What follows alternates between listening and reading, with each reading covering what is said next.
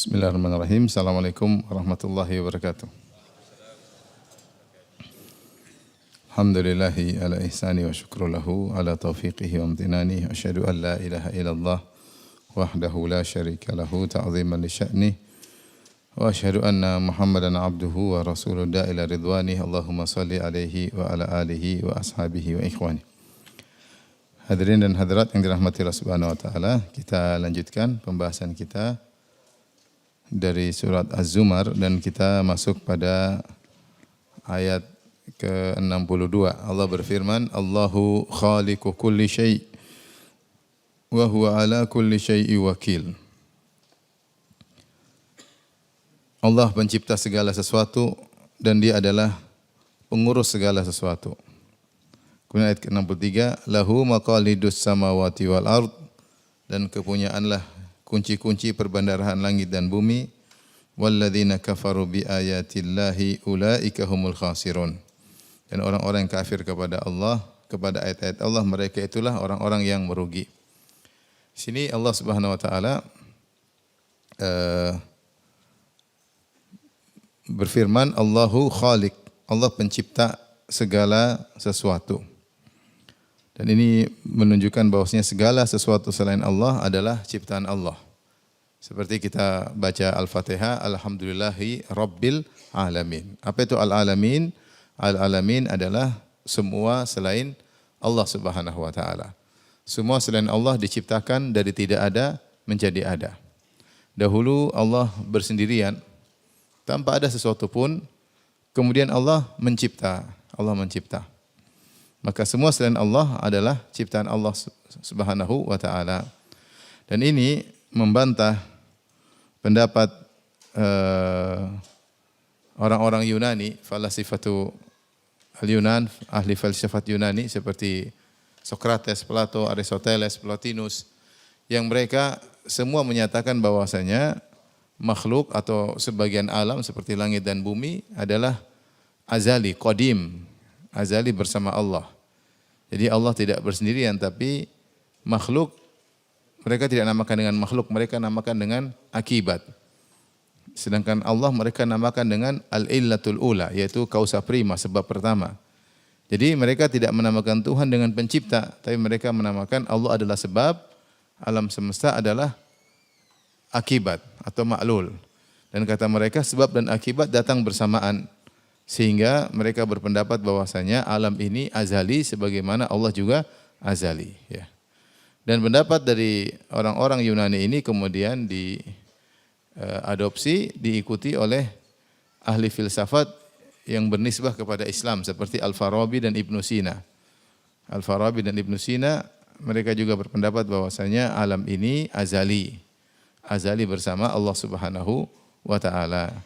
Oleh karena ini saya sampaikan bahwasanya di antara sebab Ibnu Sina dikafirkan oleh Al-Ghazali, di antaranya ahli filsafat seperti Al-Farabi, Ibnu Sina yang terpengaruh dengan filsuf Yunani, mereka semua berpendapat bahwasanya alam itu azali, bukan dari tidak ada menjadi ada, tapi sudah ada bersama dengan keberadaan Allah Subhanahu wa taala.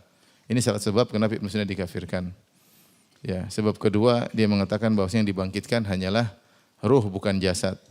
Sebab ketiga dia dikafirkan karena dia mengatakan Allah hanya punya ilmu secara global bukan secara detail. Ini salah satunya adalah ini ya. Dia mengatakan alam itu qadim. Dan ini dibantah oleh ayat ini. Allah mengatakan Allahu khaliqu kulli syai'. Allah pencipta segala sesuatu. Segala sesuatu selain Allah berarti diciptakan, dan diciptakan itu namanya dari tidak ada menjadi ada. Dari tidak ada menjadi ada. Kalau alam azali, dan ini juga pendapat ateis, orang ateis mengatakan alam ada dengan sendirinya tanpa ada yang mengadakan, berarti alam itu azali. Kalau suatu yang azali ada tanpa ada sebab yang lain, berarti keberadaannya harus eksistensi keberadaannya harus kontinu, tidak boleh berubah.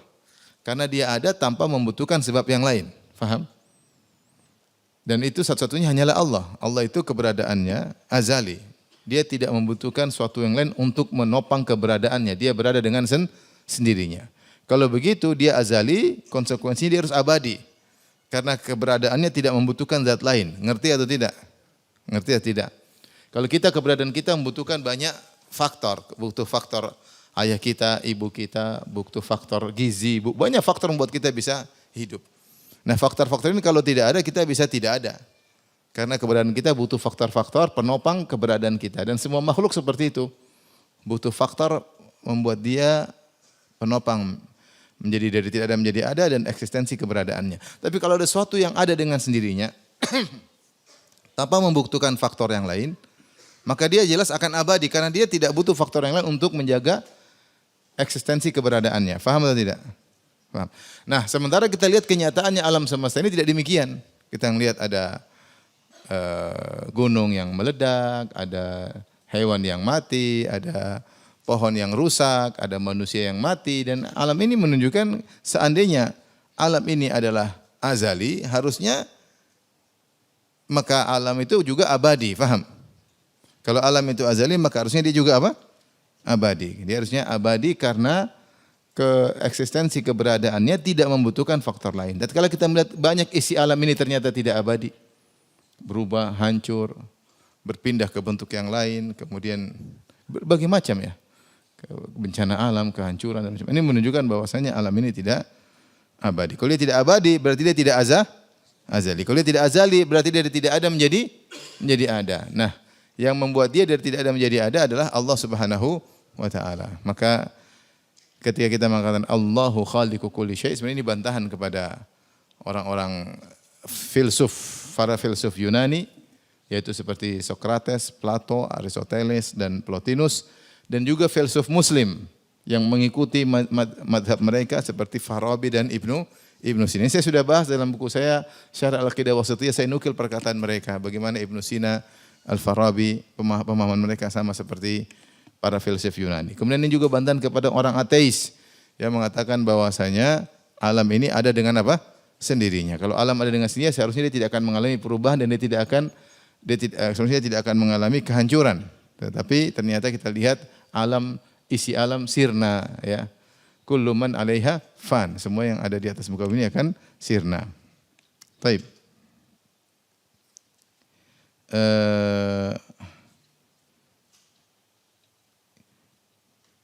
Kemudian juga ini juga menguatkan tentang pemahaman Ahlus Sunnah wal Jamaah bahwasanya selain Allah adalah diciptakan ya. Allahu khalaqakum wa ma ta'malun. Kata Allah, Allah menciptakan kalian dan apa juga yang kalian kerjakan. Jadi kita ini makhluk atau bukan? Makhluk. Saya ini makhluk. Maka semua yang ada pada saya, ya, suara saya, perkataan saya, perbuatan saya, sikap saya, semuanya makhluk. Saya ulangi, saya ini adalah makhluk dengan semua yang ada pada saya. Perkataan saya, suara saya, gerakan saya, semuanya juga makhluk diciptakan oleh Allah Subhanahu wa taala. Maka semua selain Allah adalah diciptakan oleh Allah Subhanahu wa taala. Adapun sifat-sifat Allah seperti kalamullah, maka itu bukan makhluk. Makhluk itu suatu yang terpisah dari Allah. Munfasil, terpisah dari Allah. Adapun yang disandang oleh Allah bukan makhluk. Apa yang disandang oleh Allah seperti ilmu Allah. Ilmu Allah di luar atau dalam zat Allah? Dalam zat Allah, maka disandang oleh Allah. Semua yang disandang oleh Allah bukan makhluk. Contohnya ilmu Allah. Kata Allah, anzalahu bi ilmihi. Allah turunkan Al-Quran dengan ilmunya. Ilmu Allah di mana? Di luar apa dalam zat Allah? Dalam zat Allah. Ilmu saya di mana? Di luar apa dalam zat saya? Dalam zat saya. Ilmu saya di sini. Karena saya makhluk berarti ilmu saya juga makhluk. Ilmu suatu yang abstrak. Perhatikan, ilmu adalah suatu yang abstrak. Dia tidak bisa berdiri sendiri. Dia membutuhkan zat untuk menyandangnya. Nah, karena saya adalah makhluk, maka ilmu yang saya sandang juga apa? Makhluk. Lain halnya dengan Allah Subhanahu wa taala. Allah adalah pencipta dan ilmu Allah disandang oleh Allah, maka dia bukan makhluk. Makhluk itu apa? Makhluk itu sesuatu yang terpisah dari Allah. Seperti kita Rasulullah, utusan Allah. Nabi Muhammad makhluk atau bukan? Makhluk karena dia terpisah dari Allah Subhanahu wa taala. Banyak. Adapun ilmu Allah, iradah Allah, qudratullah, ini semua adalah sifat Allah Subhanahu wa taala, maka bukan makhluk. Di antaranya kalamullah, firman Allah. Firman bukan suatu yang berdiri sendiri, tapi dia disandang oleh orang yang berfirman atau zat yang berbicara. Firman maksudnya pembicaraan. Nah, ketika Al-Quran adalah firman Allah, berarti Al-Quran bukan makhluk. Makanya kita boleh bersumpah dengan sifat Allah. Kita boleh bersumpah dengan biizzatika, dengan kekuasaan engkau. Karena izzah sifat Allah. Kita boleh bersumpah dengan kekuasaan Allah atau boleh, tidak boleh? Boleh. Kita boleh bersumpah. Dan kita boleh bertawasul dengan sifat Allah. A'udzubillahi wa qudratihi. Aku berlindung kepada Allah dan berlindung dengan kekuasaan Allah. Wa a'udzu bi'azamatika min an uqtala min tahti, dalam doa zikir pagi petang, dan aku berlindung dengan keagunganmu, karena keagungan Allah adalah sifat Allah Subhanahu wa taala. Ya, a'udzu bikalimatillahi tammah, aku berlindung dengan bertawasul dengan kalimat-kalimat Allah, karena kalimat-kalimat Allah adalah sifat dan bukan makhluk, karena sifat tersebut disandang oleh Allah. Maka kita boleh bersumpah dengan sifat Allah, biizzatika, ya. Ya, misalnya iblis ketika bersumpah di hadapan Allah mengatakan fa biizzatika, demi keperkasaan Engkau ya Allah. Ya. Maka boleh kita bersumpah dengan sifat Allah. Dan di antaranya kita bersumpah dengan Al-Qur'an. Al-Qur'an firman Allah atau bukan? Firman Allah. Allah bicara, membicarakan. Cuma firman Allah tersebut dinukil oleh Jibril, disampaikan kepada Nabi, Nabi sampaikan kepada manusia, kemudian dicatat. Kalau Qur'annya ya kertas ya. Tapi kontennya adalah firman Allah Subhanahu wa taala. Oleh karena seorang boleh bersumpah dengan Al-Qur'an. Bukan dengan lembaran Al-Qur'annya, tapi dari konten Al-Qur'annya. Karena kalau lembaran Al-Qur'annya makhluk. Tetapi kontennya itulah yang merupakan sifat Allah. Boleh bersumpah dengan sifat Allah. Adapun kalau bersumpah dengan makhluk maka syirik. Kata Nabi sallallahu alaihi wasallam, "Man halafa bi ghairillah faqad asyrak." Siapa yang bersumpah dengan selain Allah maka dia telah berbuat kesyirikan. Tidak boleh kita bersumpah demi gunung, demi bumi, demi tanah, demi nenek moyang, itu semua enggak boleh. Demi bapak, demi ibu, demi siapapun tidak boleh. Karena itu demi rembulan, demi matahari enggak boleh. Enggak boleh. Karena itu merupakan apa? Kesyirikan. Siapa yang bersumpah dengan nama selain Allah, maka dia telah berbuat syirik. Kenapa? Ketika dia bersumpah dengan makhluk-makhluk tersebut, dia ada pengagungan. Maka Allah melarang. Bahkan demi Nabi pun syirik. Demi Nabi juga syirik. Semua orang mengatakan demi Allah, demi Rasulullah. Ini enggak boleh. Demi Allah aja. Jangan mengatakan Rasulullah makhluk. Enggak boleh. Lain halnya kalau Allah bersumpah. Kalau Allah bersumpah terserah Allah. Karena Allah bersumpah ya bersumpah dengan makhluknya, karena Allah tidak sedang takjub sama makhluknya, karena itu adalah memang ciptaan Allah Subhanahu wa taala. Lagi pula sebenarnya mengatakan ketika Allah bersumpah dengan makhluk, misalnya wasyamsi wa duhaha, kemudian wal qamari idza talaha wan nahari idza jallaha, Allah bersumpah dengan rembulan, dengan matahari, dengan siang, dengan malam. Yaitu maksudnya ada yang mengatakan Allah bersumpah dengan bagaimana keagungan Allah dalam menciptakan makhluk-makhluk tersebut. Allah bersumpah dengan kehidupan Nabi, kata Allah Subhanahu wa taala, la amruka, yaitu wahayatika, demi kehidupanmu wahai Rasulullah, yaitu Allah ingin menjelaskan kemuliaan. Tapi beda ketika makhluk bersumpah dengan makhluk, maka di situ ada pengagungan ya, sehingga dilarang. Adapun Allah terserah Allah bersumpah dengan apapun. Tapi jadi saya ingin sampaikan bahwasanya firman Allah, Allahu khaliqu kulli syai', Allah pencipta segala sesuatu. Maka keluar dari segala sesuatu ini ada pengecualian. Di antara pengecualian adalah zat Allah sendiri. Apakah Allah menciptakan zatnya? Tentunya tidak. Zat Allah terjadi dengan sendirinya. Allah termasuk syai', sesuatu. Qul ayyu syai'in akbaru syahadah. Katakanlah, siapakah yang persaksiannya lebih besar? Qulillah. Persaksian terbesar adalah Allah Subhanahu wa taala. Jadi Allah menamakan dirinya atau menyebut dirinya dengan syai'. Tetapi ketika Allah berfirman Allahu khaliqu kulli syai', Allah pencipta segala sesuatu, bukan berarti Allah menciptakan dirinya sendiri, enggak. Ini keluar dari keumuman ayat ini, karena Allah tidak menciptakan dirinya sendiri, tapi maksudnya sesuatu di sini adalah selain Allah. Demikian juga keluar dari ini adalah sifat-sifat Allah. Karena sifat-sifat Allah meskipun merupakan sesuatu, tapi dia tersandang dalam zat Allah dan dia bukan makhluk. Makhluk itu sesuatu di luar Allah, itu namanya makhluk. Kenapa saya bahas ini? Karena orang-orang Mu'tazilah ingin menyatakan Al-Quran adalah makhluk. Mereka bilang Al-Quran adalah firman Allah dan firman Allah adalah makhluk. Itu Allah ciptakan suara di udara, didengar oleh Musa, kata mereka. Allah ciptakan suara didengar oleh Jibril di Hawa. Jadi suara tersebut bukan firman Allah, bukan Allah yang bicara, tapi Allah ciptakan. Inilah ada kekufuran, inilah penyimpangan. Oleh karenanya ketika di zaman Khalifah Al-Ma'mun, Al-Imam Ahmad dipaksa untuk menyatakan Al-Quran adalah makhluk, maka dia menolak sehingga dia disiksa, dicambuk, tapi dia tidak mau, dia tetap mengatakan Al-Quran firman Allah, dan firman Allah sifat Allah, dan sifat Allah bukan makhluk. Mumet ya? Pagi-pagi udah mau. Sudah sarapan belum?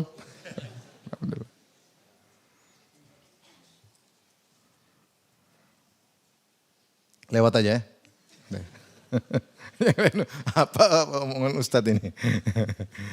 Ada filsafat, ada Ibnu Sina, ada Farabi, ada Mu'tazilah, apa-apaan ini ya, demikianlah ya.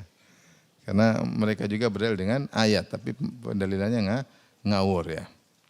Baik, kita lanjutkan. Allahu khaliqu kulli syai. Sehingga semua selain Allah adalah ciptaan Allah. Allah dulu sendirian, kemudian dia menciptakan apa? Makhluk. Subhanallah. Kita semua ini ciptaan Allah Subhanahu wa taala. Ya. Kita, perbuatan kita semua ciptaan Allah Subhanahu wa taala. Ini adalah statement pertama. Ada 3 statement di sini sebelum Allah mencela orang musyrikin yang menyembah selain Allah. Statement pertama, Allah mengatakan Allahu khaliqu kulli syai. Segala sesuatu adalah ciptaan Allah. Semua selain Allah adalah makhluk, butuh dengan Allah Subhanahu wa taala. Ya. Statement kedua, kata Allah Subhanahu wa taala, wa huwa ala kulli syai'in wakil. Wa huwa ala kulli syai'in wakil. Yaitu dialah yang memelihara dan mengatur segala sesuatu. Ya. Dialah pengurus segala sesuatu, penjaga segala sesuatu, yang mengatur segala sesuatu. Ya.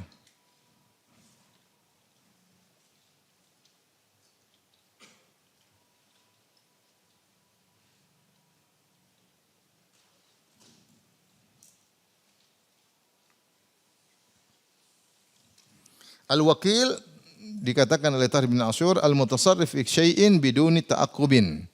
Al-wakil yaitu yang mengurus sesuatu tanpa ada yang protes-protes dia, bebas. Dia pengurusnya, bebas pengurusnya. Dan Allah Subhanahu wa taala bebas mengurusi makhluknya karena semua adalah ciptaan Allah Subhanahu wa taala. Dia sang pencipta makhluk tersebut dan dia yang mengurusi seluruh makhluk tersebut. Dengan segala bentuk kepengurusan. Ya. Dengan segala bentuk kepengurusan. Ya. Ngurusi segala kondisi makhluk, mengurusi takdir mereka, amal mereka apa saja, ajalnya kapan, rizkinya bagaimana, gerakan mereka bagaimana, semua diatur oleh Allah. Allah bukan sekadar menciptakan, tapi Allah ngatur ciptaannya. Tidak seperti perkataan sebagian orang ateis. Ada suatu mazhab di antara mazhab ateis banyak. Ada yang mengatakan Tuhan tidak ada, itu ateis. Ada yang mengatakan saya masih ragu Tuhan ada atau tidak. Itu juga ateis, sama aja. Saya tidak bisa bilang Tuhan ada, tapi saya juga tidak bilang Tuhan tidak ada. Sama aja ateis. Intinya dia ragu-ragu Tuhan ada atau tidak. Mazhab ateis yang berikutnya dia mengatakan Tuhan menciptakan makhluk, kemudian Tuhan bunuh diri. Ini ada perkataan mereka. Ada buku tulis Tuhan bunuh diri. Maksudnya dia bilang memang ada Tuhan, tapi Tuhan sebelah situ enggak ngurusin lagi. Ibarat orang bikin jam, terus jamnya ditinggal, jalan sendiri. Ini Tuhan enggak becus ya. Kemampuannya terbatas, hanya bisa bikin terus nongkrong ya. Tidak bisa. Ini parah, Tuhannya bunuh diri ya. Dan ini salah satu mazhab ateis, maksudnya Tuhan hanya mencipta dan tidak ngurusin. Tidak ngurusin, itu tidak benar. Yang benar, Tuhan Maha Sempurna, Dia menciptakan ciptaannya dan Dia ngurusin apa? Ciptaannya. Yang diurusin, Dia wakil, ngurusin segala sesuatu. Kapan munculnya, apa sebab kemunculannya, bagaimana bentuknya, kapan ajalnya, berapa rezekinya, diatur semua. Makanya kata Allah, "Wa ma min dabbatin illa 'ala Allahi rizquha wa ya'lamu mustaqarraha wa mustaudaha." Tidak ada satu hewan binatang melata di langit di darat maupun di laut, di darat semuanya illa 'ala Allahi rizquha, kecuali Allah yang menanggung rizkinya. Wa ya'lamu mustaqarraha wa mustaudaha. Ada yang mengartikan mustaqar, mustauda, maksudnya Allah mengetahui kapan hidupnya dan kapan matinya. Maka rezekinya sudah diatur dari sampai mati dari hidup sampai mati. Ini kucing biasanya umurnya berapa tahun kucing? Tergantung majikannya jahat atau tidak. Dikasih makan atau enggak. Tapi mau saya kalau kucing umurnya misalnya, kucing biasanya umurnya berapa? 10. Taruhlah 10 tahun. Allah sudah tahu sejak dia lahir sampai ini ada rezeki sudah diatur. Ini salah satu makna mustaqar, mustauda. Ada yang mengatakan mustaqar, mustauda yaitu sarangnya dan tempat mainnya. Jadi hewan ini di mana dia sarangnya, nanti dia keluar lewat jalan mana, menuju mana, Allah sudah tahu sehingga Allah siapkan rezekinya sesuai dengan kebiasaan dia. Ya, jadi Allah bukan hanya cipta tapi Allah juga ngurusin. Makanya Allah mengatakan wa ka'ayyim min dabbatin la tahmilu rizqaha Allahu yarzuquha wa iyyakum. Betapa banyak hewan melata yang tidak mampu ngurusin rezekinya. Kenapa tidak mampu? Karena kemampuan terbatas. Hewan otaknya terbatas, dia tidak pandai seperti manusia. Manusia pandai ngibul, pandai korupsi, pandai bohong, pandai menutupi data, pandai ngelak, pandai ngeles, pandai. Kalau hewan nggak bisa, terbatas. Tapi Allah sudah tanggung apa? Rezekinya. Seandainya hewan disuruh rezeki dengan kemampuan dia tidak akan mampu. Tapi Allah mengatakan wa ka'ayyim min dabbatin la tahmilu rizqaha. Betapa banyak hewan melata tidak mampu mencari rezekinya. Allahu yarzuquha. Allah yang kasih rezeki padanya wa iyyakum. Demikian juga kalian. Jadi makhluk diciptakan dengan diatur oleh Allah dengan segala kepengurusannya. Kapan hidupnya, kapan matinya, rezekinya, ajalnya, nasibnya, semua diatur oleh Allah Subhanahu wa taala. Sehatnya, sakitnya. Makanya Allah mengatakan wa huwa ala kulli syai'in wakil. Karena dia yang telah menciptakan dan dia juga yang mengurusi segala sesuatu. Bukan seperti ateis tadi. Tuhan ciptakan kemudian Tuhan nongkrong nonton atau Tuhan bunuh diri. Emang gue pikirin kamu sudah hidup sudah selesai? Enggak. Tuhan bahlul seperti itu ya. Ini statement yang kedua, ya. Semua diatur oleh Allah. Ya. Kemudian statement yang ketiga, kata Allah, lahu maqalidus samawati wal ard. Kepunyaan Allah lah segala kunci-kunci perbendaharaan langit dan bumi. Ya. Maksudnya maqalid, ya ada yang mengatakan jamak dari iklid, ya. Ya. Itu maksudnya adalah kunci-kunci perbendaharaan. Ya. Semua perbendaharaan langit dan bumi, Allah yang memegang kunci-kuncinya. Allah yang memegang pengaturannya. Makanya dalam ayat surat Al-Hijr ayat 21 kata Allah, wa in min syai'in illa indana khazainuh wa ma nunazziluhu illa biqadari ma'lum. Tidak ada sesuatu perkara pun kecuali kami yang memegang perbendaharaannya, kami yang menguasainya dan kami tidak menurunkan kecuali sesuai dengan kadarnya, ya. Sesuai dengan kadarnya, ya. Maka ini untuk menunjukkan bahwasanya kalau segala perbendaharaan milik Allah maka terserah Allah mau kasih siapa, Allah mau tahan siapa, Allah memekayakan siapa, Allah memiskinkan siapa, Allah menyehatkan siapa, Allah mematikan siapa, terserah Allah. Allah meninggikan derajat seorang, Allah menjatuhkan derajat seorang, terserah Allah. Allah menjadikan sebagai sana subur, sebagian tempat kering, terserah Allah. Seluruh perbendaharaan langit dan bumi yang menguasai siapa? Allah. Ini 3 statement. Nah kalau begitu, pertama Allah pencipta segala sesuatu. Dari tidak ada menjadi ada. Yang kedua Allah pengurus segala sesuatu. Yang ketiga segala kekayaan yang pegang siapa? Allah. Ya kalau gitu yang disembah harusnya siapa? Allah. Yang disembah harusnya Allah. Seharusnya seorang hanya menyembah Allah. Harus bertawakal kepada Allah. Hanya berharap kepada Allah.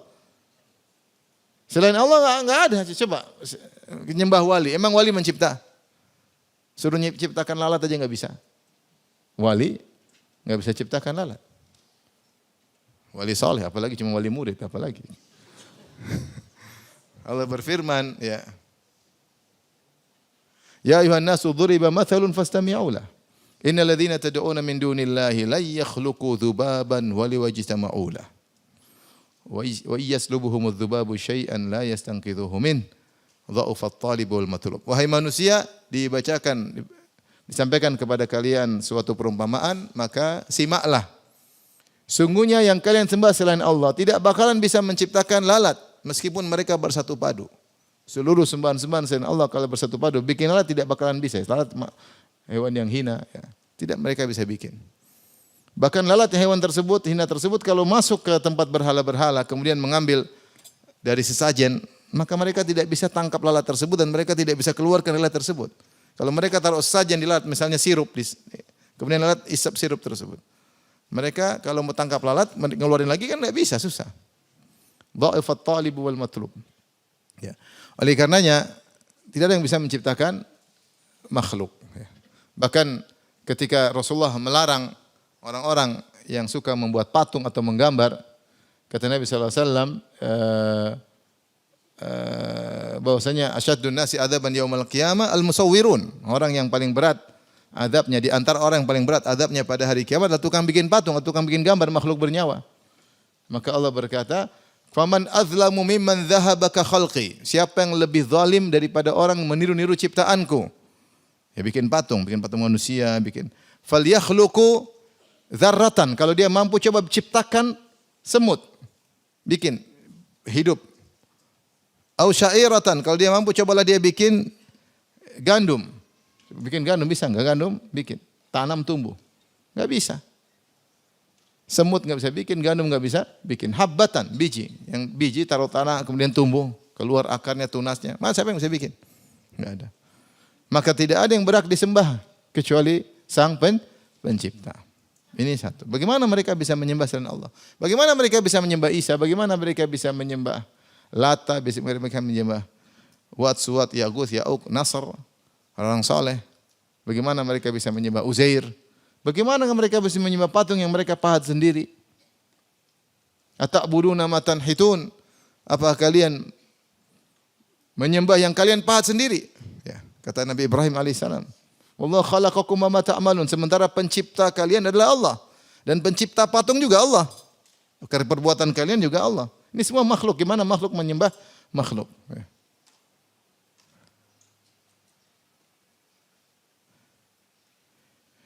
Kemudian statement kedua, wa huwa ala kulli syai'in wakil.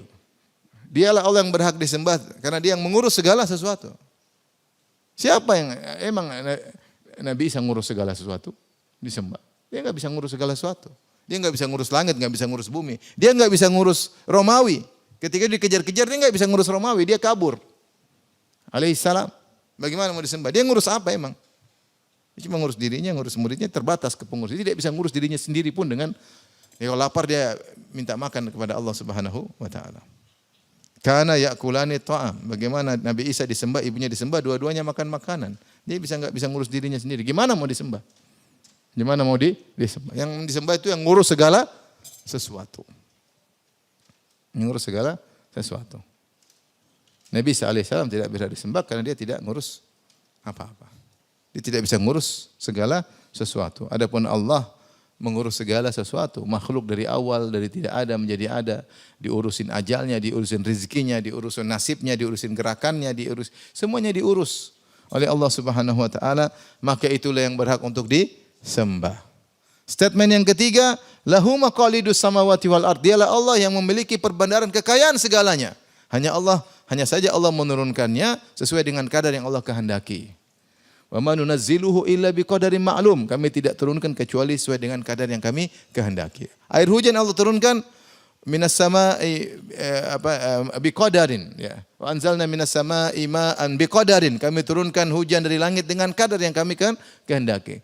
Rizki juga Allah berikan sesuai dengan kadar yang Allah kehendaki. Kata Allah, walau basatallahu rizqa li ibadihi la baghaw fil ard walakin yunazzilu biqadari ma yasha. Kalau Allah bentangkan rezeki kepada manusia, semuanya mereka melampaui batas, jadi sombong, jadi angkuh, jadi beli jam mahal-mahal, ya semua kacau semua.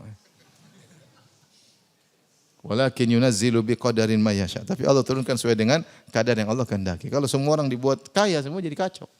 Allah mengatakan, "Kalla innal insana la yatgha ar-ra'ahu istaghna." Sungguhnya manusia itu melampaui batas tatkala memandang dirinya sudah kaya. Udah kaya orang melampaui batas. Punya duit pengen beli mobil 12 miliar. Pengen beli apa yang subhanallah. Buang-buang uang, israf. Begitu manusia kalau punya kekuasaan, punya duit banyak berlebih-lebih yang tidak perlu dibeli. Tidak perlu dibeli. Akhirnya dibuat gambaran sampai sesuatu yang tidak ada manfaatnya dibeli dengan harga mahal. Itu namanya israf. Israf itu beli sesuatu yang mahal dengan manfaat yang kecil. dikibulin. Ya. Coba, ada jam harganya sampai 5 miliar lah. 5 miliar. Buat apa? Buat ngeliat jam. Kecuali jam itu bisa keluar apa kayak, ya itu boleh lah. Manfaatnya banyak. Jam itu kalau punya nasi goreng, keluar, boleh. 1 triliun pun beli, enggak apa-apa. Pencet kayak kantong Doraemon, semuanya boleh. Ini cuma ngeliat jam, mahal sekali. Kadang kalau nggak jam jalan-jalan digini-giniin. Mahal sekali. Israf itu sesuatu yang boleh, tapi manfaatnya kecil dengan harga yang mahal. Kalau orang mikir panjang, uang sebanyak itu tentunya untuk banyak hal.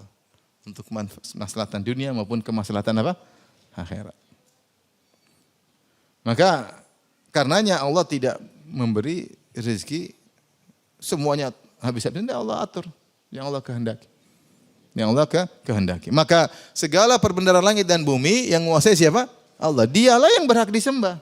Dialah yang berhak disembah. Fir'aun apa disembah? Apa dia punya kemampuan? Cuma Mesir doang.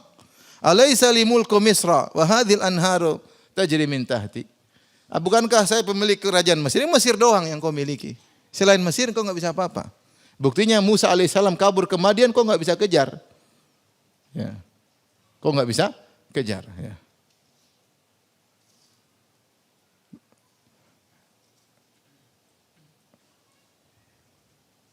Oleh karenanya, dengan 3 statement ini, kalau ada yang musyrik, itu benar-benar orang jahil. Makanya setelah itu Allah berfirman, "Walladzina kafaru biayatillahi ulaika humul khasirun." Dan orang-orang yang kufur kepada ayat-ayat Allah, itulah yang benar-benar merugi. Itulah yang benar-benar merugi. Mereka kufur kepada ayat Allah, mereka menyembah kepada mereka, benar-benar orang yang merugi. Gimana menyembah makhluk?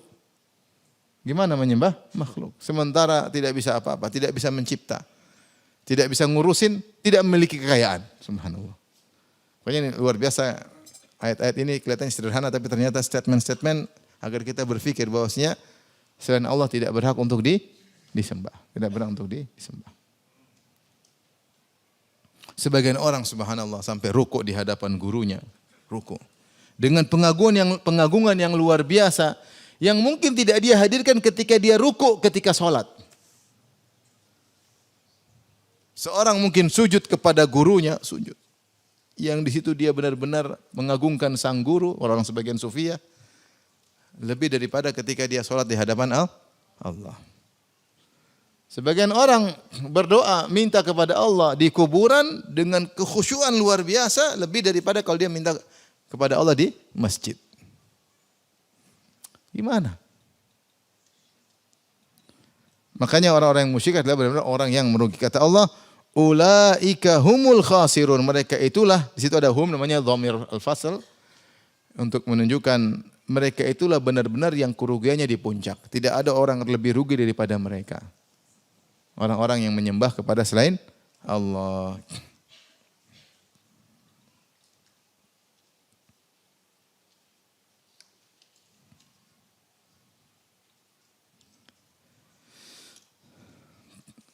Setelah itu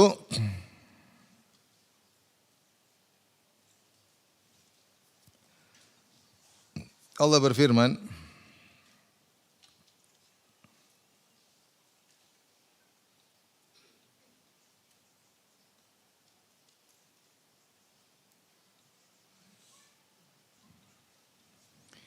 Qul afa ghairallahi ta'muruni a'budu ayyuhal jahilun. Katakanlah wahai Muhammad kepada mereka orang-orang Quraisy. Afa ghairallahi ta'muruni, apakah kalian menyuruh aku beribadah kepada selain Allah? A'budu ayyuhal jahilun, wahai orang-orang yang jahil, ya. Kata Ibnu Katsir, wa dzakaru fi sababi nuzuliha ma rawahu Ibnu Abi Hatim wa ghairuhu. Para ulama, para ahli tafsir menyebutkan sebab turun ayat ini. Itu orang-orang musyrikin berkata, wahai Muhammad, sembahlah selain Allah. Kita bareng-bareng, ya. Marwah ibnu Abi Hatim wa ghairu, apa yang diriwayatkan oleh Ibnu Abi Hatim dan lainnya, an Ibni Abbas dari Ibnu Abbas radhiyallahu anhuma, annahu qala, Ibnu Abbas berkata, innal musyrikina bi jahlihim da'au Rasulullah sallallahu alaihi wasallam ila ibadati alihatihim wa ya'budu ma'ahu ilahahu. Ya, mereka bilang, ya Rasulullah, sembahlah ya Tuhan-Tuhan kami ya. Dan kami juga menyembah Allah. Fanazalat ya. Maka turunlah firman Allah ini. Jadi mereka ngajak Nabi, cobalah sembah-sembah Tuhan kami dulu ya. Sembah Tuhan-Tuhan kami. Qul afa ghairallahi ta'muruni? Apa kalian menyuruh aku untuk menyembah selain Allah? A'budu ayyuhal jahilun. Wahai orang jahil ya. Sebelumnya tadi sudah kita sebutkan Allah mensifati orang-orang yang musyrik dengan berkata, walladzina kafaru bi ayatillahi ulaika humul khasirun. Mereka adalah orang merugi. Kata Tahir bin Asyur rahimahullahu taala, bahwasanya orang musyrikin disifati oleh Allah dengan orang merugi, seperti disamakan seperti orang yang berdagang kemudian ingin memperbanyak keuntungan sehingga masuk dalam ranah-ranah dagang atau cara-cara dagang, tapi cara yang salah akhirnya rugi. Dia udah kaya tapi kemudian dia ingin coba dagang sini dagang, tapi salah. Akhirnya rugi. Nah, orang musyrikin ketika mereka beribadah kepada selain Allah, tujuannya apa? Agar lebih dekat dengan Allah. Kata mereka, "Ma na'buduhum illa liyuqarribuna ila Allahi zulfa." Kami tidak menyembah sembahan-sembahan ini kecuali agar mendekatkan kami kepada Allah. Dalam ayat yang lain mereka berkata, "Haula'i syufa'auna indallah." Mereka yang kami sembah-sembah ini adalah pemberi syafaat bagi kami di sisi Allah, agar mendekatkan kami kepada Allah. Jadi tujuan mereka berbuat syirik agar lebih dekat kepada Allah, agar semakin dekat. Tetapi ternyata mereka malah semakin jauh karena mereka syirik. Maka diibaratkan oleh Allah seperti pedagang yang sudah punya keuntungan, kemudian dia ingin masuk dalam perdagangan yang lain, tapi dia salah masuk. Dia masuk areal terlarang, akhirnya dia semakin rugi. Itulah kerugiannya orang musyrikin. Mereka Qul hal nunabbi'ukum bil akhsarina a'mala alladzina dhalla sa'yuhum fil hayatid dunya wa hum yahsabuna annahum yuhsinuna sun'a. Maka kami kabarkan kepada kalian tentang orang-orang yang paling merugi amalannya. Siapa mereka yang paling rugi? Alladzina dhalla sa'yuhum fil hayatid dunya. Mereka sesat di dunia, wa hum yahsabuna annahum yuhsinuna sun'a. Sementara mereka sesat, mereka menyangka mereka yang telah berbuat yang terbaik. Orang musyrik demikian. Seperti orang Nasara, mereka bilang kita enggak bisa sampai kepada Allah kecuali lewat siapa? Isa. Kalau enggak lewat Isa enggak bisa. Harus lewat Isa. Jadi tujuan mereka menyembah Nabi Isa supaya bisa sampai kepada Bapa. Tujuan mereka. Tidak ada keselamatan kecuali lewat Nabi Isa. Tujuan mereka baik, ingin kedekatan, ingin keselamatan, tapi justru merugi. Gimana mereka menyembah kepada makhluk? Ya. Orang musyrikin dahulu menyembah Lata, Uzza. Lata orang soleh. Kenapa? Agar lebih dekat kepada Allah dengan sembah orang-orang soleh tersebut. Maka mereka berkata, "Ma na'buduhum illa liqarribuna ila Allahi zulfa." Kami tidak menyembah mereka kecuali agar lebih dekat kepada Allah dengan sedekat-dekatnya. Haula'i syufa'auna indallah. Mereka itu memberi syafaat bagi kami di sisi Allah. Maka Allah sifati mereka dengan rugi karena melewati cara yang salah. Dan mereka bukan cuma rugi, mereka saking bodohnya mereka ngajak Nabi untuk mencoba menyembah selain Allah. Cobalah sembah Lata, Uzza, coba dulu. Seperti sekarang, coba dulu nyembah Nabi Isa, coba dulu. Coba. Dan itu dilakukan. Sebagian orang sakit didatangi. Coba. Minta sama siapa? Nabi Isa. Nanti sembuh. Benar atau tidak? Maksudnya benar ada tawaran gitu enggak? Benar ya, tawaran itu ada. Datang, tawarin, ayo, coba. Kul afa ghairallahi ta'muruni a'budu ayyuhal jahilun. Apakah kalian ya menyuruh aku untuk menyembah selain Allah, wahai orang-orang jahil. Di sini Allah mensifati mereka dengan ayyuhal jahilun, wahai orang-orang jahil. Jahil dalam hal apa? Tidak disebutkan. Dan dalam kaidah tafsir, jika maf'ul tidak disebutkan maka memberikan faedah keumuman. Itu jahil dalam segala hal. Contoh seperti firman Allah Subhanahu wa taala, "Innal abrara lafi na'im 'alal araiki yanzurun, ta'rifu fi wujuhihim nadratan na'im." Kata Allah Subhanahu wa taala, sungguhnya orang-orang yang baik-baik itu, orang-orang soleh, ya, lafi na'im. Mereka dalam kenikmatan. Kemudian di akhirat kelak, alal araiki yang turun. Ya.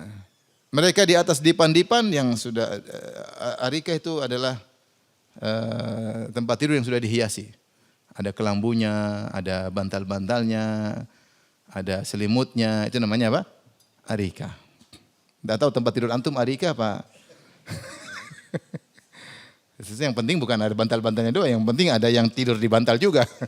Ada bidadarinya. Maksudnya alal araiki yanzurun, mereka di dipan-dipan yang sudah dihias, yanzurun, memandang. Memandang apa Allah tidak sebutkan. Kemudian Allah hanya sebutkan dampak dari memandang tersebut, ta'rifu fi wujuhim nadratan naim. Kau melihat pada wajah mereka ada kebahagiaan. Nah, semua yang mereka pandang itu mendatangkan kebahagiaan. Makanya Allah mengatakan, wa idza ra'aita thamma ra'aita na'iman wa mulkan kabira. Kalau kau lihat di surga apapun yang kau lihat pasti kenikmatan. Yang saya bilang bedanya antara penghuni surga dengan penghuni dunia. Dunia ini banyak kita lihat bikin sedih, banyak. Lihat suami kadang kita sedih. Lihat istri juga tambah sedih. Lihat anak leleh. Sedih. Ya. Lihat berita-berita apa? Sedih, bikin marah, bikin sedih. Di surga enggak, semua lihat bikin senang. Semua enggak ada yang tidak bikin senang. Itu namanya di surga. Senangnya bertambah-tambah. Di sini ketika para ulama menafsirkan alal araiki yanzurun, mereka di atas dipan-dipan memandang apa tidak disebutkan. Karena semua yang dipandang itu pasti bikin apa? Bahagia. Semua yang mereka pandang di surga itu bikin bahagia, dan puncak kebahagiaan adalah memandang wajah Allah Subhanahu wa taala. Seperti ini ketika mereka ngajak Rasulullah untuk coba-coba sembahan mereka, maka Allah suruh bantah mereka. Qul, katakanlah, afa ghairallahi ta'muruni? Apakah kepada selain Allah kalian menyuruh aku untuk menyembahnya? Ayyuhal jahilun, wahai orang-orang yang bahlul, yang jahil. Jahil dalam hal apa? Dalam segala hal. Ini puncak kejahilan. Puncak kejahilan. Orang tidak tahu hitung-hitung mungkin jahil, tapi jahil sedikit. Kalau orang sampai menyembah makhluk itu di puncak kejahilan. Inilah nyembah makhluk. Nyembah makhluk dengan meninggalkan sang pencipta itu di puncak kejahilan. Jahil. Tidak ada yang melebihi kejahilan mereka. Jahil dalam segala hal. Ayyuhal jahilun. Wahai orang-orang bodoh. Kemudian Allah berfirman, walaqad uhiya, menegaskan tentang bahayanya syirik. Walaqad uhiya ilaika wa ilal ladzina min qablik, dan sungguh telah diwahyukan kepada engkau dan juga kepada nabi-nabi sebelummu. Perkataannya sama, kepada engkau dan juga kepada nabi-nabi sebelum engkau. La in asyrakta la yahbatanna amaluk. Jika engkau berbuat syirik, wahai Nuh, wahai Adam, wahai siapa lagi? Hud, wahai Saleh, wahai semuanya, Ibrahim, wahai Lut, semua nabi-nabi. Wahai Musa, wahai Harun, wahai Isa, wahai Muhammad. Kalau engkau melakukan kesyirikan, ini ayat mencakup seluruh, karena kata Allah, walaqad uhiya ilaika wa ilal ladzina min qablik, dan telah diwahyukan kepada engkau wahai Muhammad dan juga kepada nabi-nabi sebelummu, dengan statement yang sama dari Allah. La in asyrakta, jika engkau berbuat syirik, la yahbatanna amaluk, maka benar-benar sungguh-sungguh akan gugur seluruh amalanmu. Di sini perhatikan, Allah menegaskan ya dengan dua taukid. Yang pertama lamut taukid, la, sungguh-sungguh, kemudian nun taukid. Jadi kalau kita artikan sungguh-sungguh benar-benar amalanmu akan gugur. Dan di sini amal dia mufrad tetapi diidhafahkan kepada ma'rifah, maka dia memberikan faedah keumuman.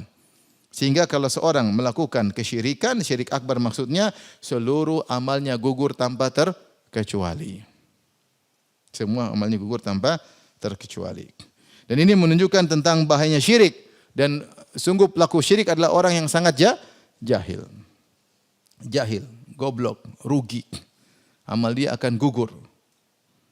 Akan gugur di akhirat, kekal di neraka selama-lamanya. Kalau ada orang sudah 60 tahun beribadah, kemudian sebelum meninggal dia minta kepada penghuni kubur, gugur semua amalannya. Gugur semua amalannya. Karena dia melakukan apa? Kesyirikan. Dia sudah beribadah 70 tahun sebelum meninggal dia nyembelih untuk jin. Selesai, seluruh amalnya gugur. Ngeri. Dan ini menunjukkan dahsyatnya syirik. Karena dia tidak menggugurkan sebagian amal. Ada sebagian amal yang hanya menggugurkan sebagian amal. Tapi ini menggugurkan seluruh amal ya. Dan di antara tentang bahayanya syirik sampai Allah menyampaikan ini kepada para nabi. Padahal para nabi secara kenyataan tidak bakalan syirik. Secara kenyataan tidak bakalan syirik. Apalagi Nabi Muhammad SAW kenyataan tidak bakalan syirik. Tetapi ada al-fardiyah. Seandainya kalian orang-orang hebat para nabi melakukan syirik maka akan gugur amalan kalian. Allah tidak pandang bulu. Dalam ayat yang lain kata Allah, walau asyraku lahabita anhum ma kanu ya'malun. Kalau mereka berbuat syirik para nabi dan rasul, maka akan gugur seluruh amalan mereka. Jadi ini menunjukkan dahsyatnya syirik. Khilaf di kalangan para ulama. Jika seorang terjerumus dalam syirik akbar, apakah otomatis amalnya gugur? Atau jika dia meninggal dalam kondisi syirik akbar? Dua pendapat. Mazhab Imam Malik rahimahullahu taala, kapan seorang melakukan syirik akbar amalnya gugur? Contoh, ada seorang Islam. Sudah Islam, umur 25 tahun, dia haji. Haji resmi, bukan haji percepatan. Kemudian dia haji. Setelah itu, umur 30, dia nyembelih untuk Nyi Roro Kidul misalnya. Misalnya. Syirik atau tidak? Syirik. Dia tahu tapi dia karena supaya selamat di laut, supaya apa, dia nyembelih. Atau dia menyembelih di misalnya di suatu desa atau di suatu sawah untuk Dewi Sri misalnya. Nyembelih untuk Dewi apa? Sri. Ini berarti nyembelih kepada selain Allah. Syirik atau bukan? Syirik. Menurut mazhab Imam Malik, maka amalnya gugur semua. Setelah itu dia bertobat. Aduh, kenapa saya kemarin khilaf ya. Saya kemarin apa? Salah. Dia bertobat kepada Allah. Baik. Kalau dia bertobat kepada Allah, maka dosa syiriknya diampuni, tapi amalnya mulai lagi nol. Seperti kita kalau beli bensin, mulai dari nol Pak ya. Ya oke. Mulai dari nol. Ini pendapat Imam Malik. Paham? Pendapat Imam Syafi'i lebih ringan. Imam Syafi'i mengatakan dia hanya dihapuskan seluruh dosanya kalau meninggal dalam kondisi tidak bertobat. Ya. Dalilnya dalam Al-Quran kata, "May yartad minkum an dinihi fayamut wa huwa kafir, fa ulaika habitat a'malum fid dunya wal akhirah." Siapa yang murtad dari agamanya kemudian fayamut, dia meninggal dalam kondisi kafir. Jadi keumuman ayat seperti ini ayat umum. Imam Syafi'i menganggap ini ayat adalah mutlak. Maka dibawa kepada ayat yang muqayyad. Maksudnya kata Imam Syafi'i ayat lain menunjukkan maksudnya gugur amalannya jika meninggal dalam kondisi musyrik. Bagaimana menurut mazhab Syafi'i? Menurut Imam Syafi'i jika orang ini tadi sudah haji pada umur berapa? 25 tahun. Kemudian pada umur 30 tahun dia nyembelih untuk Dewi Sri. Kemudian umur 30 tahun dia tobat, maka amal dia tidak gugur. Karena dia sudah bertobat. Seandainya tidak bertobat gugur. Jadi ada beda enggak antara pendapat Imam Malik dan Imam Syafi'i? Beda antara guru dan murid. Dan natijahnya di antara akibat dari perbedaan ini, menurut Imam Malik, kalau dia bertobat pada umur 31 tahun, paham ya? Jadi haji umur berapa? 25. Umur 30 syirik, umur 31 tobat, maka dia harus ulang hajinya. Menurut Imam Syafi'i tidak perlu ulang. Karena amal dia hanya gugur jika dia meninggal dalam kondisi musyrik. Ini bedanya di antara samaratul khilaf. Buah dari khilaf ini ada. Meskipun wallahu alam ya, pendapat Imam Malik cukup kuat ya.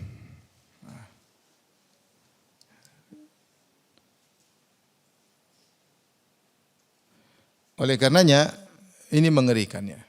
Maka seorang waspada jangan saya meninggal dalam kondisi syirik. Jika dia berbuat syirik amal dia gugur semua, mengerikan. Ulangi lagi dari nol. Ngeri. Kenapa dia sudah merasakan nikmat tauhid?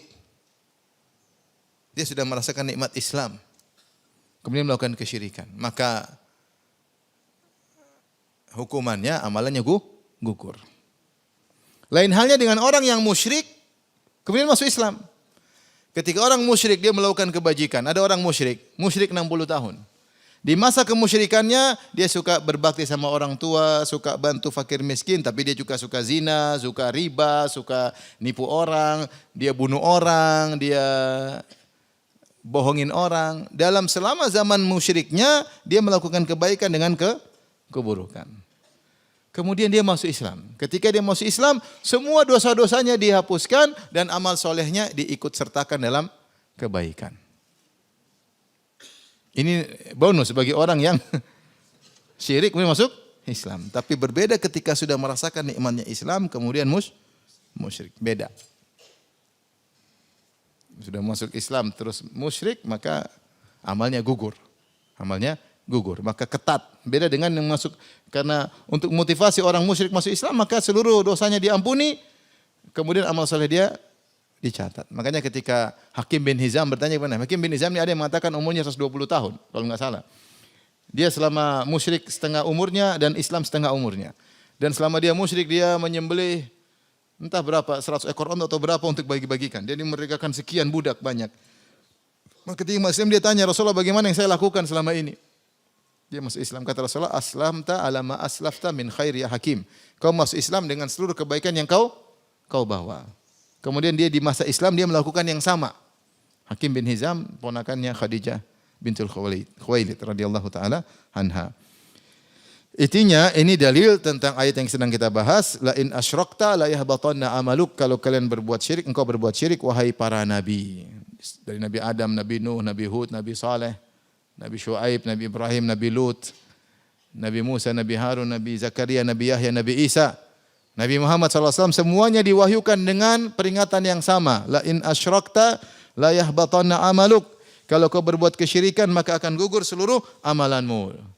Seluruh amalanmu. Ini mufrad mudhaf menunjukkan keumuman. Dan ini Allah sebutkan juga dalam ayat yang lain, dzalika hudallahi yahdi bihi may yasha'u min ibadihi walau asyraku lahabita anhum ma kanu ya'malun. Kalau para nabi berbuat kesyirikan maka akan gugur seluruh apa yang mereka kerjakan. Seluruh amal soleh akan gugur. Ya. Maka Allah berfirman setelah itu, bukan hanya gugur, wala takunanna minal khasirin, dan engkau benar-benar akan termasuk orang yang merugi. Karena bukan cuma merugi kemudian nol saja, tetapi minus, masuk neraka kekal selama-lamanya. Ya. Masuk neraka kekal selama-lamanya. Dan ini menunjukkan kerugian di puncak kerugian.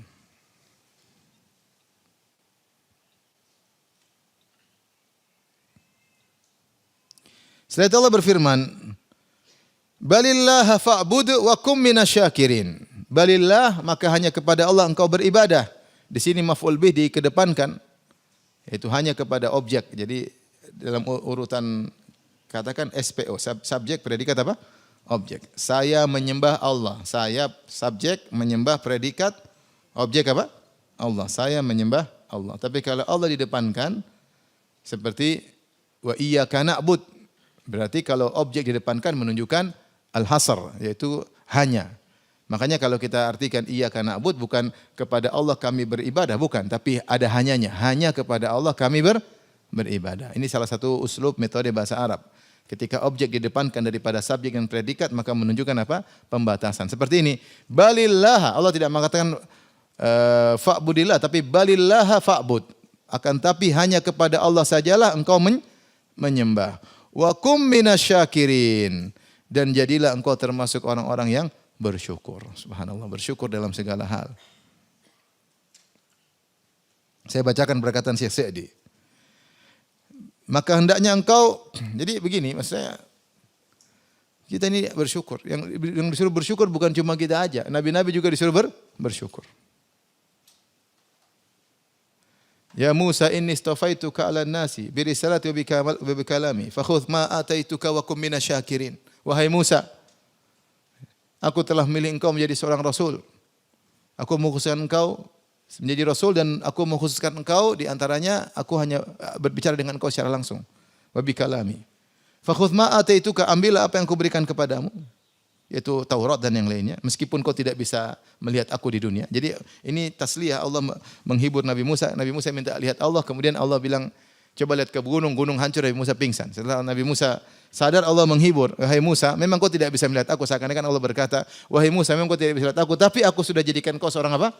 Rasul. Dan aku telah berbicara langsung dengan engkau. Ambillah apa yang aku berikan kepada engkau, Taurat dan segala kenikmatan. Wa kum minasyakirin. Dan jadilah orang yang termasuk orang-orang yang bersyukur. Di sini wa kun minasyakirin, Allah tidak mengatakan wa kun syakiran. Jadilah orang engkau bersyukur, tapi Allah mengatakan masuklah engkau dalam rombongan orang-orang bersyukur. Wa kun minasyakirin maknanya masuklah engkau dalam rombongan orang-orang yang bersyukur. Maksudnya ada orang bersyukur sebelum engkau sudah banyak. Masuklah dengan bersama rombongan mereka. Ya. Ya. Nabi juga, Nabi seluruhnya, ini kan perkataan buat Nabi seluruhnya. Ya. Balillah fa'bud wa kum minasyakirin. Hanya kepada engkau lah kalian beribadah dan jadilah termasuk orang yang bersyukur. Nabi juga dikatakan suruh menjadi orang yang bersyukur. Nah, kalau para nabi diingat bersyukur, apalagi kita. Orang-orang soleh saja diingatkan untuk bersyukur, apalagi kita. Saya sering sampaikan ini, terkadang kita merasa saya sudah bersyukur kok. Emang Rasulullah tidak bersyukur. Rasulullah bersyukur, tapi diingatkan. Kalau kita sudah menjalani syukur dan kita diingatkan, maka maknanya kontinulah dan tambahlah level syukurmu, itu maksudnya. Nanti kalau lagi makan, saya bilang, Anda lagi makan, ayo makan. Maksudnya apa? Lanjut makan. Atau tambah kuantitas makannya dan kualitasnya. Jadi Nabi aja disuruh bersyukur, lebih kita. Taib, apa yang kita syukuri? Perhatikan sini. Kata Syekh Sa'di rahimahullah, fakama anna ala taufiqillahi ta'ala, atas bimbingan Allah Subhanahu wa taala. Fakama annahu ta'ala yushkaru ala ni'amin dunyawiyah, sebagaimana Allah disyukuri atas nikmat-nikmat duniawi. Ini sering kita begitu. Dapat nikmat dunia baru kita syukuri. Ya, punya rumah baru kita bersyukur. Punya mobil baru kita alhamdulillah, naik jabatan bilang alhamdulillah. Tapi sering nikmat akhirat kita lupakan. Nikmat dunia yang kita sering syukuri misalnya kasihatil jism, sehat badan, wa afiyati dan keselamatan jasad. Wa husulir rizq, dan dapat rezeki dengan berbagai macam modelnya, wa ghairi dzalik. Ini kita syukuri. Kadzalika yushkaru wa yusna alaihi bin ni'ami ad-diniyah. Demikian juga kita hendaknya bersyukur kepada Allah, lalu disyukuri dan disanjung atas nikmat-nikmat agama seperti at-taufik, dibimbing oleh Allah, lil ikhlas, untuk bisa ikhlas, wat taqwa, untuk bisa bertakwa, ya. Kalau sekali bisa ngaji, bisa belajar, bisa bangun malam, bisa puasa sunnah, bisa sholat, bisa bersedekah, tidak suka dengan kemaksiatan. Ini semua nikmat. Risih kalau dengan maksiat, ya. Tidak suka dengan bid'ah, tidak suka dengan syirik, tidak suka dengan riya, tidak suka dengan popularitas. Ini semua nikmat dari Allah Subhanahu wa taala. Tidak semua orang dikasih. Tidak semua orang dikasih. Maka jangan syukuri hanya nikmat dunia saja, ya. Rumah baru bersyukur, istri baru bersyukur, anak baru bersyukur. Semua disyukuri, nikmat dunia maupun akhirat. Bahkan kata Syekh Sa'di, bal ni'amud dini hiya ni'amu alal haqiqah. Justru nikmat agama itulah nikmat yang sesungguhnya. Ya.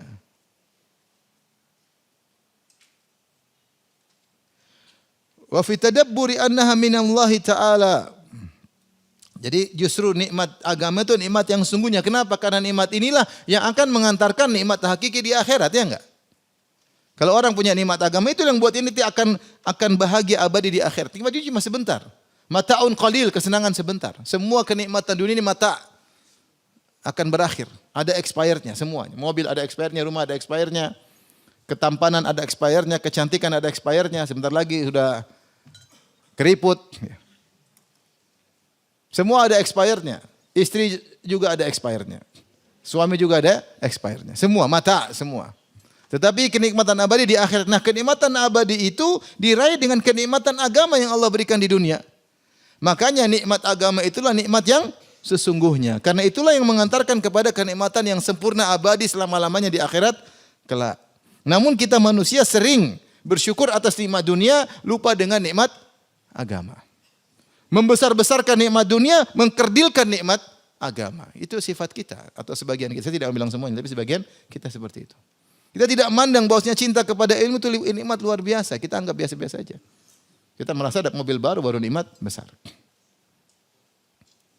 Kita tidak mandang qanaah adalah nikmat yang luar biasa. Kita memandang rumah mewah itu baru nikmat luar biasa.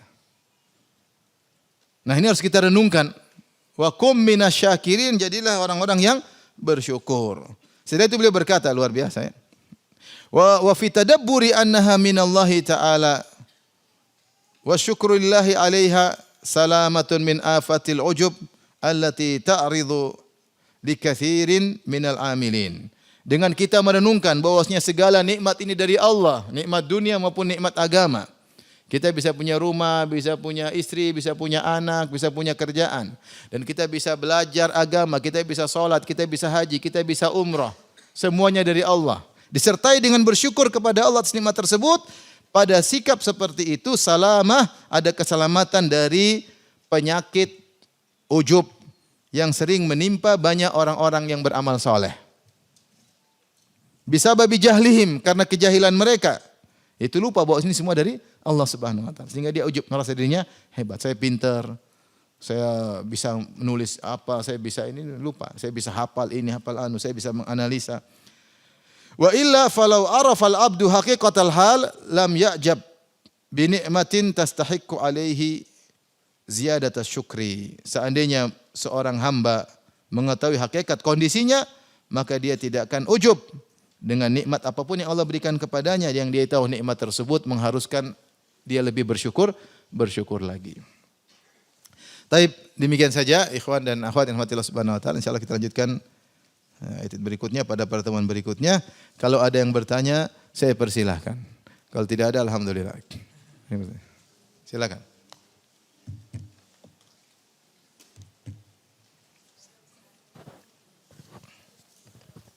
Assalamualaikum warahmatullahi wabarakatuh. Waalaikumsalam warahmatullahi wabarakatuh. Mengenai ini Ustaz, orang yang melakukan, dia yang tadi seperti Ustaz tadi sampaikan, orang yang soleh, kemudian dia melakukan kesyirikan. Ya. Tapi dia nggak tahu Ustaz bahwa itu sebenarnya dia melakukan kesyirikan. Apakah dia, karena mungkin karena dia dapat dari gurunya mengatakan bahwa itu boleh gitu. Apakah dia tetap batal Islamnya Ustaz? Itu namanya masalah uzur bil jahal. Apakah dapat uzur karena kejahilannya? Maka sebenarnya mengetahui hakikat dirinya yang pasti hanya Allah Subhanahu wa taala. Karena memang ada uzur bil jahal. Para ulama menyebutkan di antara contoh orang beruzur dengan kejahilan karena tidak tahu, dua, orang baru masuk Islam atau tinggal di negeri yang jauh yang tidak ada informasi sama sekali. Ini sepakat ulama mereka dapat uzur. Selain mereka maka dilihat kondisi yang sesungguhnya. Orang baru masuk Islam mungkin dia tidak tahu, dia baru lepas dari Nasrani tapi dia mungkin atau lepas dari misalnya agama paganisme tapi ternyata dia masih ada syirik-syirik kecil atau syirik-syirik lain, dia tidak tahu kalau itu masih apa? Syirik. Maka ini wajar karena dia baru masuk Islam. Tidak mungkin dia baru masuk Islam kemudian dia mengerti syirik secara totalitas. Kita aja udah ngaji lama masih belum mengerti secara totalitas. Dan itulah sebagian sahabat ketika mereka hendak perang maka mereka mengatakan, ya Rasulullah ij'al lana dzata anwatin kama lahum dzatu anwat. Ya Rasulullah bikinkanlah kami pohon untuk kami gantung-gantung senjata kami supaya berkah. Ini minta kesyirikan. Tapi mereka hudatsaul ahdi bil kufr atau bil Islam. Mereka baru saja masuk Islam. Seperti ini uzur. Demikian juga orang yang tinggal daerah jauh, misalnya tinggal di pedalaman Eropa, dia tidak tahu Islam sama sekali. Yang dia tahu hanyalah Nasrani misalnya. Apakah dia pasti masuk neraka? Enggak, kita enggak tahu dan tidak akan diuji lagi. Tetapi kalau misalnya kita di tanah air, tergantung situasi kondisi. Kalau tinggal di tengah kota, dengar ada dakwah sunnah, ya harusnya dia jangan berpaling. Kalau dia berpaling sengaja tidak mau dengar, tidak memahami, apalagi dia dengar ini dari misalnya dakwah tersebut datang dari Arab Saudi misalnya, itu dia cuek sama sekali, ini bisa jadi nggak dapat uzur. Karena dia berpaling, namanya i'rad. Dia berpaling sama sekali. Tapi kalau memang dia ada uzur benar-benar dia tidak tahu sama sekali. Yang di sekitar dia cuma orang-orang seperti itu. Dan dia tidak tahu berita sama sekali. Dia tidak sengaja untuk berpaling, tapi memang kondisi dia terpaling. Makanya saya bilang yang tahu hakikatnya hanyalah Allah. Tapi secara umum uzur bil jahal itu ada. Makanya Syekh Muhammad Abdul Wahab rahimahullah ketika dituduh mengkafir-kafirkan orang, maka dia bantah. Dia bilang, bagaimana saya mengkafirkan orang sementara saya tidak mengkafirkan orang yang menyembah Sayyid al-Badawi. Li adami man yunabbihuhu ala dhalik. Karena tidak ada yang mengingatkannya. Dan ini pendapat yang benar dari Syekh Abdul Wahab, bahwasanya beliau memandang uzur bil jahal. Adapun yang mengatakan Syekh Abdul Wahab tidak memandang uzur bil jahal, tidak ada uzur sama sekali, karena membaca buku-buku Syekh yang lain yang mungkin mengisyaratkan demikian. Tapi yang menjadi pemutus adalah bagaimana ketika dia membantah syubhat. Dia sedang dituduh, kemudian dia bantah, saya tidak begitu. Itulah yang kita ambil keputusannya, bukan perkataan dia yang masih global. Jadi yang benar, uzur bil jahal itu ada.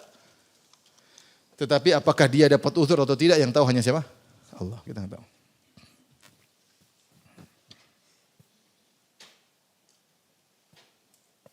Bagaimana tanggapan Ustaz tentang seorang influencer? Influencer. Maksudnya orang kena flu gitu maksudnya.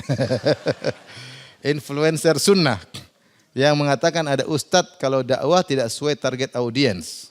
Tidak sesuai target audiens. Audiens yang miskin sering diberi nasihat, terima takdir. Isinya cuma begitu. Bukannya menyemangati motivasi, malah buat mereka malas.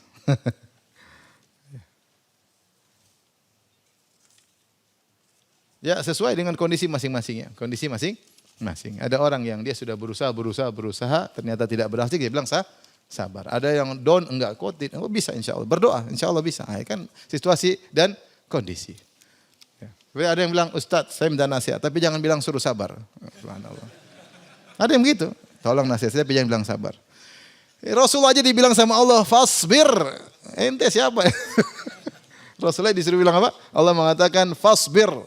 Kama sabar ulul azminar rusul. Fasbir innal akibatal muttaqin. Allah suruh Nabi sabar. Terus kau enggak mau, memang kau sudah sabar.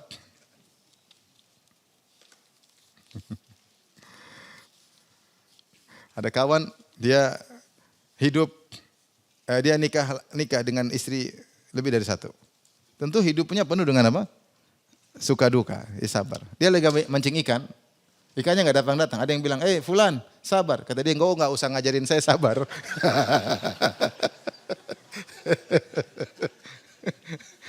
Enggak usah ngajarin saya sabar. Saya tahu bagaimana saya sabar. Ikan aja kok gampang.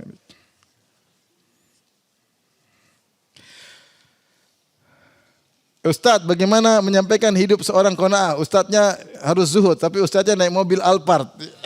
Jangan hasad. Itu masalah, memang problem. Ustadznya suruh zuhud, sementara dia keren-keren selalu ya. Keren selalu, jalan-jalannya mewah-mewah, sama keluarga mewah. Dia juga tampilkan kemewahannya. Terus dia bilang, hidup harus zuhud. Nanti tanya, Ustadz, zuhud itu di hati, bukan di mobil. Zuhud di hati. Repot, ngeles ya. Ya kita itu kekurangan ustadz ya, kekurangan ustadz. Kita ustadz tidak sempurna, punya kekurangan. Ya udah nanti bilang ustadz dapat uzur bil jahal. Ustadz uzur. Ya, dia kan tugas dia menyampaikan ilmu. Terkadang tidak semua bisa dia amalkan. Ya dia kasih uzur aja. Tapi kalau untuk nasihati bagus. Benar orang sama saya, ustadz ada ustadz ini, dia bilang gini, ternyata dia begini-begini. Tolong sampaikan, jangan saya ribut. Antum aja bilang langsung ke ustadznya. Kalau saya nanti ribut. Ente bilang dengan hati yang tulus, insya Allah ustadznya akan terima karena ente muridnya. Dia nggak mau ngamuk, biarin aja. Dia ngamuk, dia akan masuk. Tapi yang penting ada yang tegur. Tapi kalau nggak ada yang tegur, dia jalan terus. Ente tegur.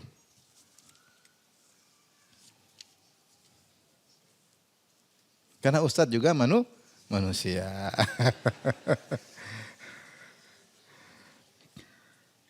Biar saya juga ada uzur ya.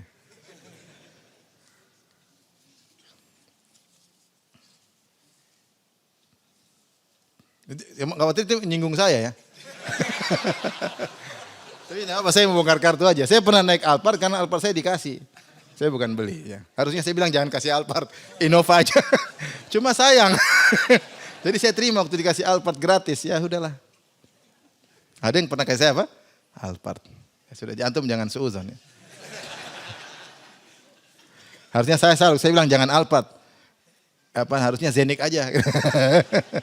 Nanti naik motor Ustadz katanya zuhud naik Zenik. Terus antum mau saya naik apa? Antum mau saya naik sepeda? Oke.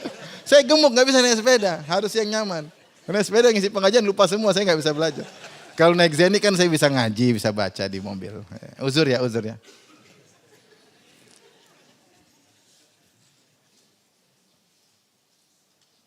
Ustaz, kalau kita sedang sakit kita berdoa, ya Allah Asy-Syafi Al-Qawi Al-Hayyu Al-Qayyum, berilah hamba kesembuhan seperti ini. Apakah ini? Ya boleh. Kita Asy-Syafi di antaranya. Al-Hayyu Al-Qayyum boleh. Menyebut, memuji nama-nama Allah, kemudian kita mengkhususkan misalnya nama Allah Asy-Syafi atau dengan sifat Mudhibal Ba'si yang menghilangkan penyakit boleh. Kita boleh menyeru Allah dengan nama atau dengan perbuatannya. Mudhibal Ba'si itu adalah perbuatan Allah.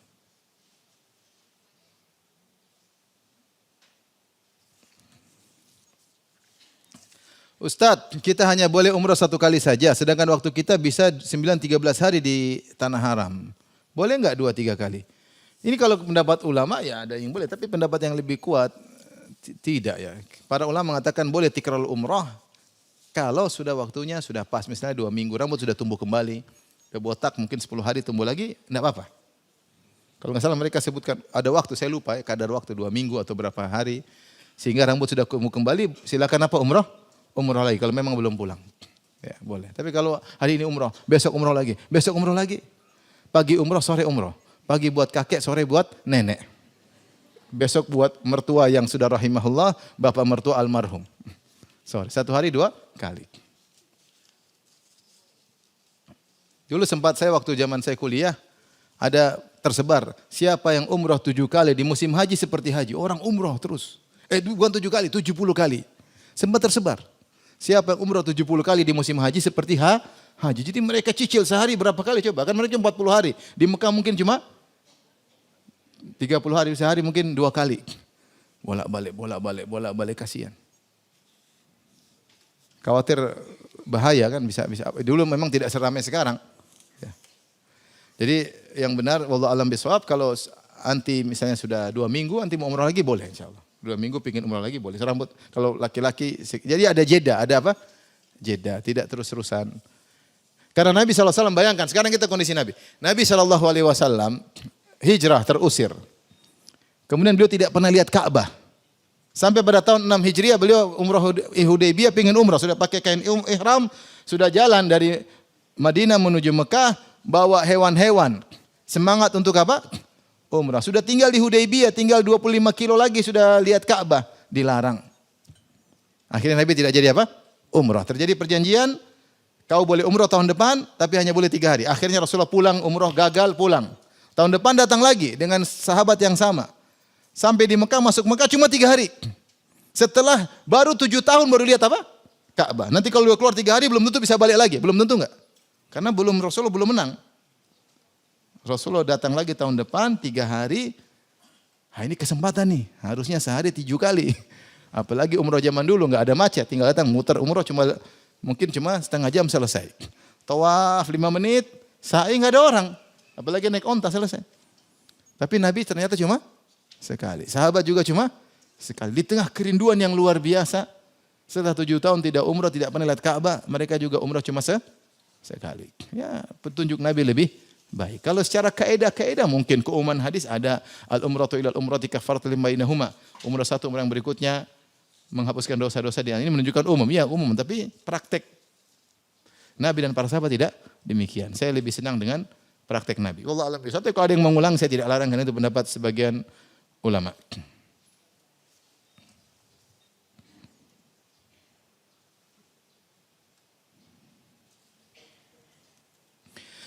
Ada teman saya seorang non-muslim bertanya sama saya, bisakah saya tunjukkan atau beritahu saya tindakan yang buat saya bisa masuk Islam? Bagaimana anti atau antum datangkan ke teman-teman yang biasa ngurusin apa?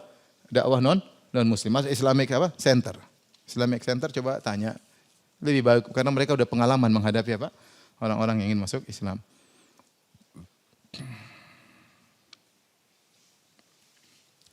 Ada yang mengatakan Al-Quran tangan kita bukan asli. Yang asli itu di Lauhil Mahfuz. Maksudnya dicatat. Ada Al-Quran, Allah ucapkan, Allah sampaikan, Jibril dengar, sampaikan kepada Muhammad. Dan apa yang Allah sampaikan itu dicatat juga di Lauhil Mahfuz. Ya sama, itu yang dicatat di Mahfuz, yang ini juga sama aja. Ya, sama aja ya. Apa yang kau tanya ini juga sudah dicatat Lauhil Mahfuz, catatannya sama. Tapi demikian saja. Wabillahi taufiq hidayah. Assalamualaikum warahmatullahi wabarakatuh.